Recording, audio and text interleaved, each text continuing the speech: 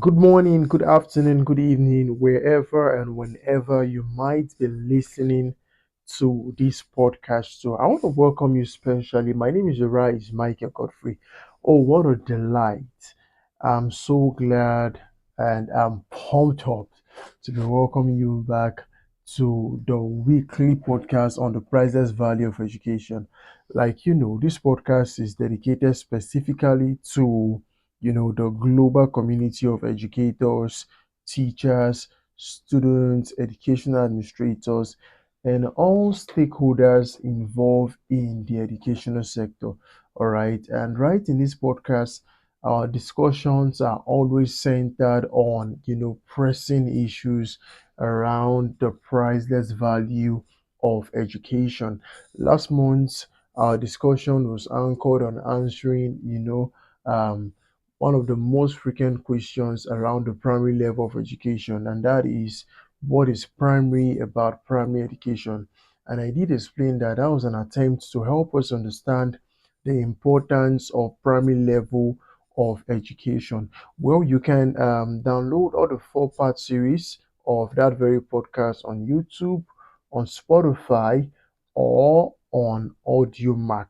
All right, it was really an insightful discussion. Well, this month we are going to be focusing on a very crucial topic. All right, a topic of interest to many educators and administrators alike. All right, we're going to be talking about education and economic development. All right. And the premise for this podcast is to really understand the relationship that do exist between education and economic development. Or we can say, it's an attempt to really understand the role education play in the economic development of a nation or a state. All right. And today I'm going to be giving us a very good foundation to this very podcast. And I think the best way to begin to lay the foundation is to begin our discussion with a quote from one time South African president, all right, Nelson Mandela. All right. And Nelson Mandela has a beautiful quote on education. All right. He says, education is the most powerful weapon you can use to change the world. That education is the most powerful weapon you can use to change the world. For me, this quote is so true. I don't know about you, all right, but for me, I think this quote is 100% correct. All right, I, for one, have always opined that, education can change the world. In fact, in illustrating this very belief or this very perspective of mine, right, we have a song coming up, right, under our initiative on the priceless value of education. We have a song coming up around the priceless value of education where we defined each letter in the word of education. And by the way, last week, Friday, all right, the 31st of February, sorry, 31st of January 2025, we are over at St. Peter's Anglican School, all right, for a sensitization program on the priceless value of education, all right. And while we had a very beautiful time with the students and of course, the participants of that very sensitization program, we helped them understand that education as a word, there are about 9 letters in that very word. And for you to really have a very beautiful understanding or a rich understanding on the subject of education, it's beautiful or it's important to define each letter that forms the basis of that very word. All right. And in today's introductory section into education and economic development, I think it's very important to lay once more that very foundation. All right. So when we move ahead from this, from next week, we will really understand where we are moving towards with our discourse on education and, of course, on economic development. All right, so back to the definition of Nelson Mandela, that education is one of the most or the most powerful weapon you can use to change the world. All right, so what you currently have on your screen, All right, it's letter E to letter N. All right, each letter from the word education, and each of these letter forms a word on its own. All right, and I'm going to run you through that very process. All right, as I lay the foundation, which will be the basis for our interaction in the coming weeks. All right, E stands for enlightenment. All right, E stands for enlightenment. Okay, and this is because I believe education has the primary assignment of opening up the human mind to see problems as opportunities. All right. When you are educated, you are enlightened. And the assignment of education in regards to enlightenment is to really open your eyes, all right, open your understanding, change your perspective, give you a new orientation, a new viewpoint on how you perceive problems. All right. So why every other average individual might see problems as obstacles, as hindrance or barriers. All right. You who is enlightened, all right. You see education with the eyes of solutions. You see education with, you see problems with an eyes of creating solutions. All right. You see education, you see enlightenment, or you see problem, all right, as you see it through the lens of creating opportunities. All right, so you don't necessarily define problem by what you can see. All right, so rather you view it as an opportunity that if I'm able to solve this problem, all right, I would be able to create opportunities, and create value in regards to solving that very problem. And if you look carefully, most of the word problem, or most of the value created in our society are pinned or directly related to a problem. Today we have Uber, we have InDrive, we have Bolt, and some of those, mobile services in regards to transportation. All right, they have understand or they've discovered that there's a problem with commuting. All right, there's a problem with moving from this angle to the next angle. Max or Kada. All right, all of that are inventions that are solving transportation issues or transportation problem, and we have whole lot of problem. But now, what gives you the ability to see problem as opportunity is education, because it enlightens your mind. All right, if you look at developed nations of the world today, you would understand that they are called developed. They are regarded as a developed nation, all right, because of their level of human development, all right, or human development capital that have been invested. So they don't really have a dormant population waiting for the government to come to their rescue, all right. Rather, they take advantage of problematic situations around them, all right, and create products, create services, and create solutions to them, all right, from them. All right, D stands for development, and this is very simple. I strongly believe that education is really the foundation upon which growth is built. All right, developed countries like Germany, Russia, USA, and others are known to have invested, a fortune into the educational sector. And today we describe them to be one of the developing nations, sorry, one of the developed or most advanced nations of the world. Now they are currently reaping the rewards of being, a developed nation. But you know how that process started? It started with them investing over 90% of their revenues, 90% of their resources, all right, into the development of education. And today, over 90% of their vital sectors, all right, 90% of their vital sectors, such as health, all right, 90% of their vital sectors, such as transportation, all right, and healthcare, and the rest of that are functioning maximally, all right, thereby improving the well-being of their people. So D stands for development. Education is really the bedrock for development, really the bedrock for developing nations. All right. A nation who is willing to develop must pay careful attention to their educational system or the educational sector. All right. Later you stands for unity.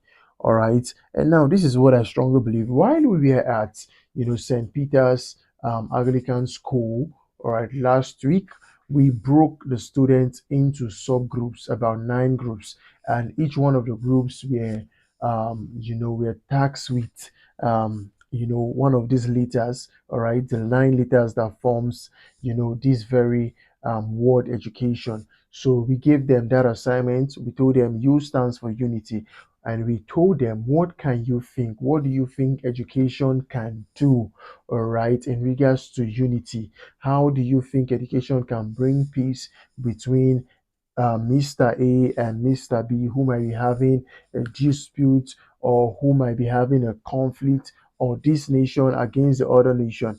And the responses we received from these young minds were really, really amazing.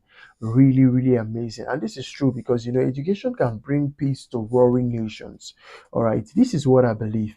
If warring nations are really taught, all right, if they are really taught or advised on the adverse effect of war, all right, we are not likely to be having, we are not likely to have news of prolonged wars in the Middle East, all right, either Iran against Iraq or the rest of them. Now, if warring nations are really taught that famine, loss of life, loss of property, political unrest, insecurity, instability, right, are some of the consequences of war. I'm so sure that the war that is currently happening between Russia and Ukraine would proceed immediately to a roundtable for peace negotiation, because this is what education can do. All right, this is what education can do in regards to warring nation. It can really introduce or bring stability, bring peace, create an atmosphere where people can discuss amicably, resolve their conflict. All right, put aside other conflict of interest and the rest of that. So U stands for unity. Now C stands for compassion. All right. With education, we can literally connect with the pains of others. And now I understand that connecting with the pains of others sometimes has been described to be a function of personal belief. All right. Certain people just believe you should connect to the pain of others. All right. Other people have that same value. Others, it stems from an understanding of their culture to be hospitable to people. Others, it could be from their religion and the rest of that. But however, we must understand that education plays a very integral role, in firstly understanding the pains of others. All right. And in doing so, we don't only understand the pains of others, we also take it further. All right. One who is enlightened, right, will not just understand the pain others are currently going through, right, but we take it a step further by trying to relieve the people from the hurt, right, from their people who are hurt from their pains. All right. That is very important. Years ago, I was giving analysis and I said, I'm a comparison. I said, it's not enough to be sympathetic. What we want are people who are empathetic. All right. So there's a difference between sympathy and empathy. All right. And let me try to paint that in a few seconds. So let's say you have a missing item, or one of your items is missing. All right. Someone who is sympathetic will come and say, "Oh, your item is missing. Oh, let's cry." Maybe the person won't say let's cry, all right, but the person might end up crying with you. Oh my God, you just bought the phone. That phone is 150,000 naira. Did you know? Oh my God, that phone is expensive, and you've lost the phone, and you guys keep on crying, and you're crying, and you're crying, and you're crying. Now that is sympathy. The person connects to the pain. However, connecting the pain will not bring the phone back. Now you have another person who comes to you and say, "Oh my God, wow, your phone is missing. Oh, so sorry. And where did you keep it? Can we find it together? Have you tried calling it?" Oh, come, let's call it. Oh, I know a software developer who can track your phone for you. Can we come on, bring the pack of your phone? Can we immediately track this thing? Now you now see the difference between these two persons. One person is sympathetic but allows the interplay of emotions to overwhelm what he or she should be doing in trying to relieve that individual from the pain. However, the person from the other side is also connecting with the pain, but does not allow the interplay of emotion to overwhelm, the process of trying to relieve that individual from pains. Now you can now understand the place of compassion and the place of education. It will really happen with an enlightened mind. All right, let's move on very quickly. All right, authority. Education confers, moral and physical authority on us. Now, when a person is educated, all right, they immediately obtain the status of being called, an elite. All right, and of course, this is really very beautiful. And that status of being called an elite immediately places on such individuals certain rights and privileges. All right, you just have certain rights and you just have um, certain privileges. Now, the same is obtainable for nations who have a significant percentage of educated fellow. They are honored with that status of being called an elite nation. All right, an elite nation. For example, let me see if I can give you a very simple example. The university space where I assist lecturers administratively. Every now and then we get to see different, calibers of educated personality come around the university space. And whenever they come, we can immediately see that people around them already you know, give them their place above them. All right. And they take their place under them. And now this is all tied to the understanding of authority. That when you are educated, you immediately receive that moral and physical authority. In order of our podcast, I'll try to break down the concept of moral authority, because moral authority, of course, it's distinctive from physical authority. Now, T stands for transformation. The gateway to a transformed society is really education. The gateway to a transformed society is really education.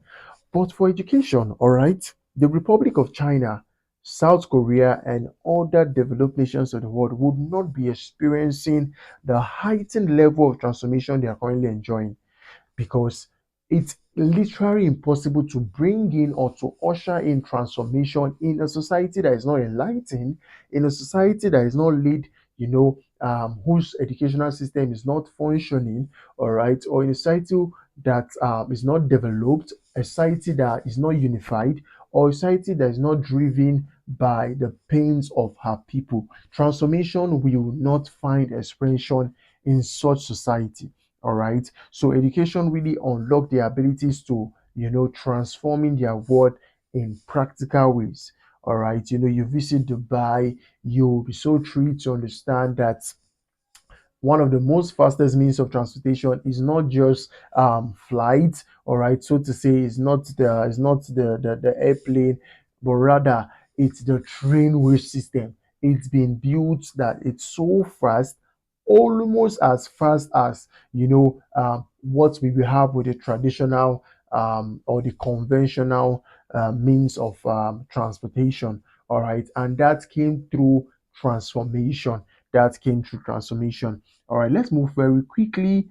Innovation. And by the way, remember that all these things we're talking about is laid under the background of the definition of Nelson Mandela, who defines education to be the most powerful weapon you can use in changing the world. Now, let's talk about innovation. You see, in a space where the society is really developed or they are really educated, I have noticed that creativity has no limitation.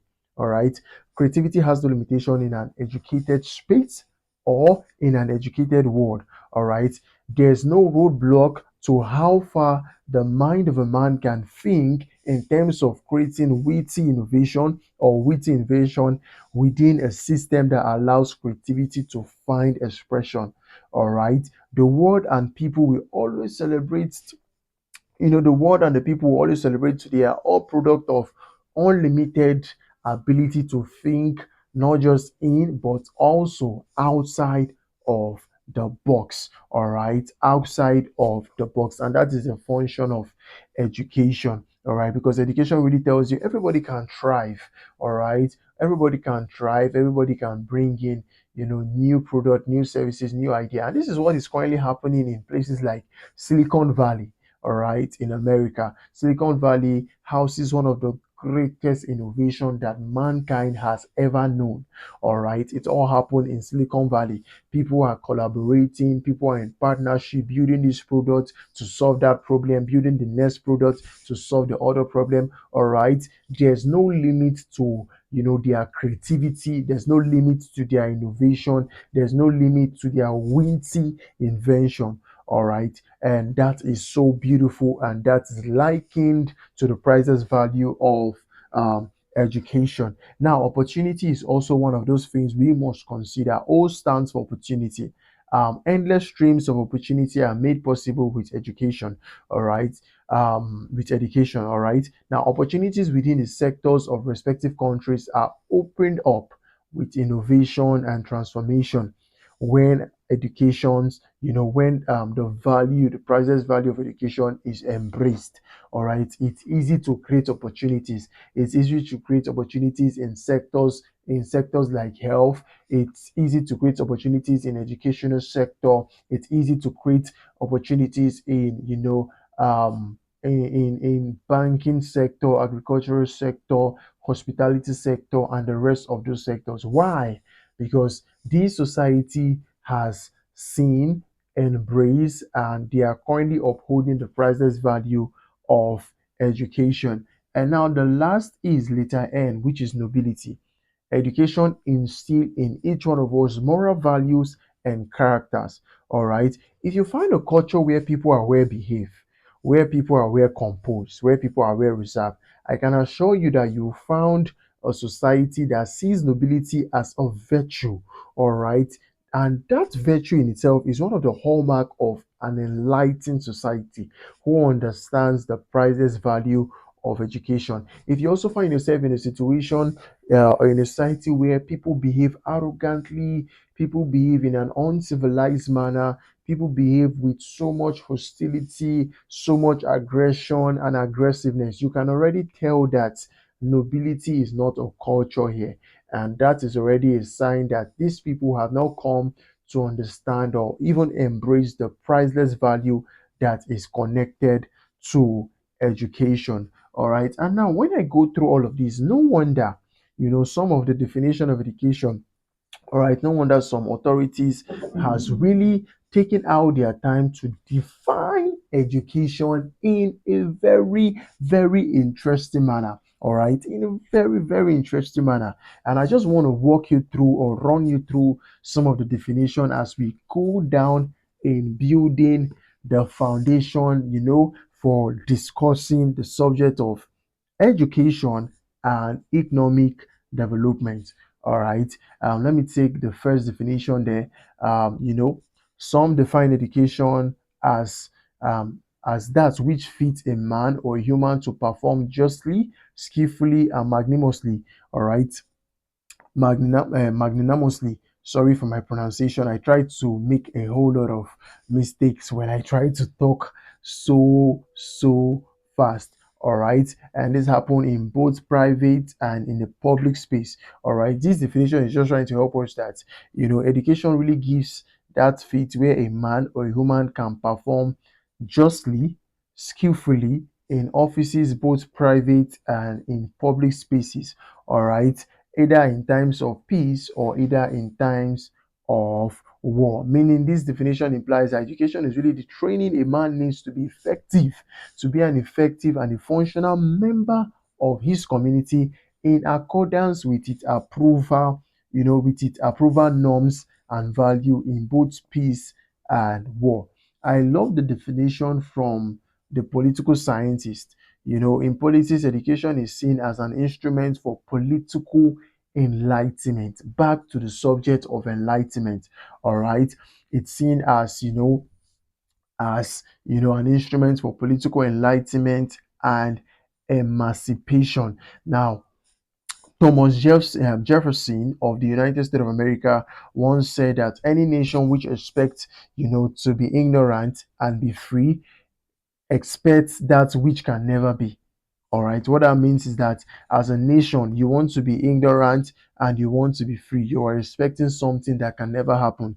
The only process to emancipation or freedom is through enlightenment, and that comes through education. All right. Samuel Ego of Ebonyi State, Nigeria, sees education as the most important tool for transformation. Now let's look at what the sociologist has to say in regards to the definition of education. Now, the sociologist sees education as the most potent process of socialization of the people. All right, Ugu in 1996 defined education as the process of helping an individual to live the fullest life he is capable of living. All right, in the view of this, Swift in 1969 also opined that education is the way the individual acquires many physical, moral, and social capabilities demanded of him by the group in which all right, demanded by the group into which he is born and within which he must function.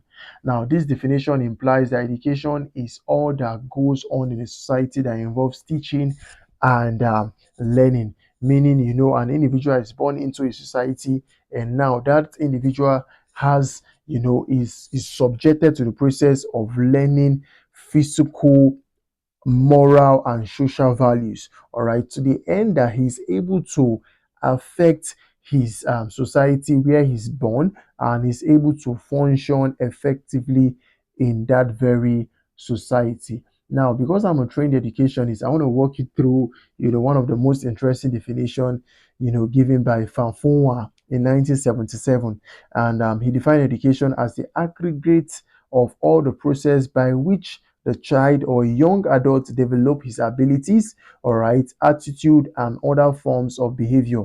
Now, this is where I love his definition. This attitude, this behavior, these abilities must be of positive value to the society which he lives. Now, if you now go through this definition, you can already see how, all of those letters are used in defining, a component of education, lines up, aligns perfectly. We've talked about enlightenment, we've talked about emancipation. Now we're talking about values, morals, it's just so reconciling. All right. Ondoka in 1964 defined education as the united concern of a people for the right upbringing of its children and the improvement of its national life. The right upbringing of its children in this context implies teaching on initiating them into the values, the norms, the customs, and culture of the society to which they belong. All right.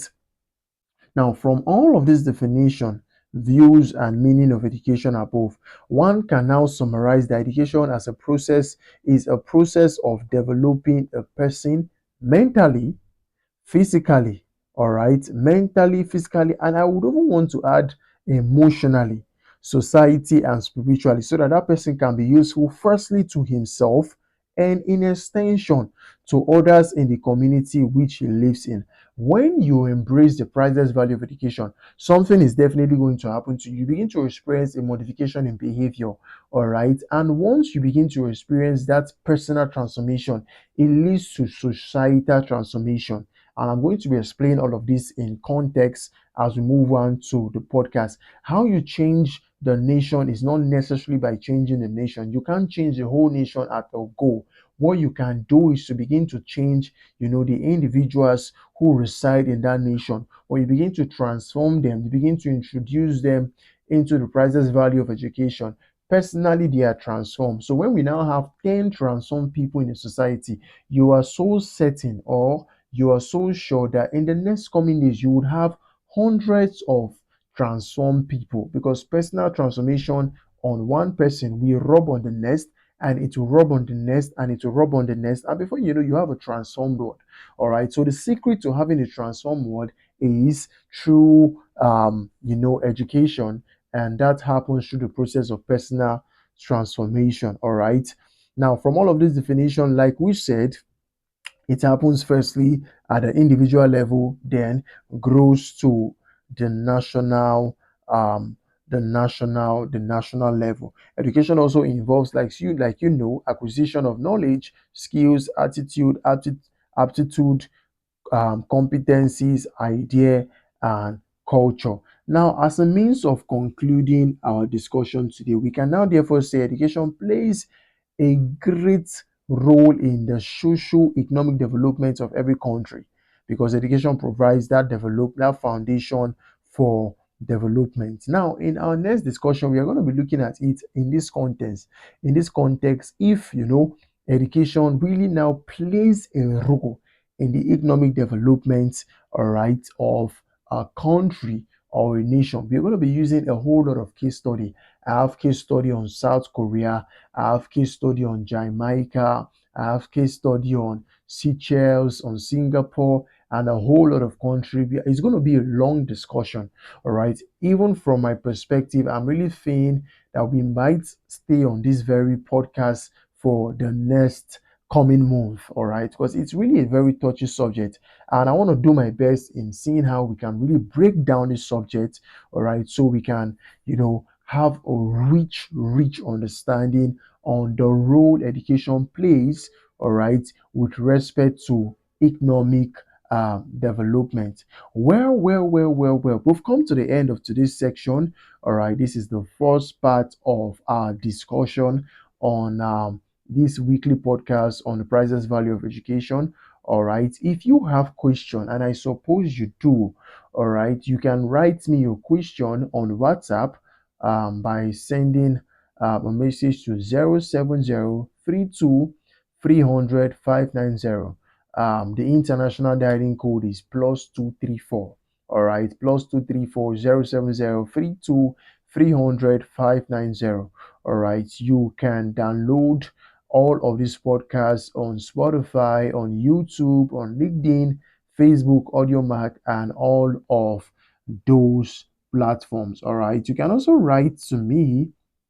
All right, you can write to me through mail, all right, at arise godfrey at gmail.com, or arise godfrey at outlook.com. So stay tuned for our part two, all right, our part two on this very podcast that will be dropping next week, Friday. And until then, my name is Arise Michael Godfrey, and I love you.